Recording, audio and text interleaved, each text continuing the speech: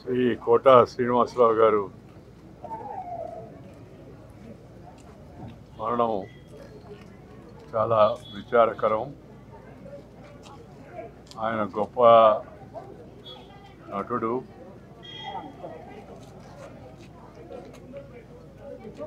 మానవతావాది, విలక్షణమైన పాత్రలను పోషించి మెప్పించి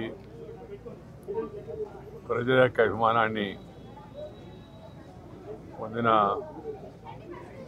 మహానటుడు. వందలాది సినిమాలో నటించి అటు విలన్ పాత్రలో ఇటు విలక్షణమైన యాక్టర్ పాత్రలో ఆఖరి వరకు కూడా ఆయన సినిమాలో కనపడితే కాస్త హాస్యం పండుతుంది అనే విధంగా వారి సినిమాలు ఉండేవి.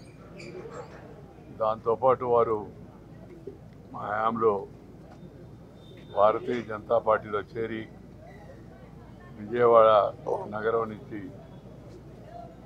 శాసనసభ్యుడిగా ఎన్నికై ఇక్కడ కూడా చురుగ్గా కార్యక్రమాల్లో పాల్గొంటుండేవాడు. ఆ మధ్యకాలంలో వారి కుమారుడు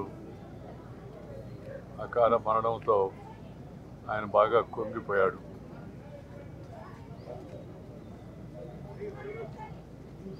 కోలుకోలేని విచారంలో ఇంకా మునిగిపోయి ఉన్నాడు ఆయన.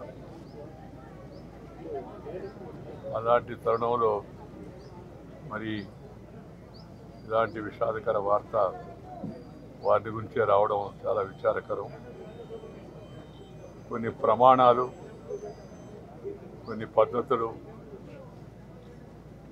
మంచి సంస్కారం కలిగిన ఒక మంచి నటుడిని తెలుగు చలనచిత్ర పరిశ్రమ కోల్పోవడం చాలా విచారకరం. తెలుగులోనే కాకుండా తమిళ్లో, కన్నడ, మలయాళీ, అలాగే హిందీ భాషలో కూడా నటించి వారు ఆయా ప్రాంత ప్రజలందరినీ కూడా ఎంతో మెప్పించారు. అలాంటి మహానటుడు ఇవాళ మన మధ్య లేకపోవడం చాలా విచారకరం. వారి ఆత్మకు భగవంతుడు శాంతి కలిగించాలని నేను కోరుకుంటున్నాను. వారి కుటుంబ సభ్యులందరికీ నా హృదయపూర్వకమైన సానుభూతిని తెలియజేస్తున్నాను.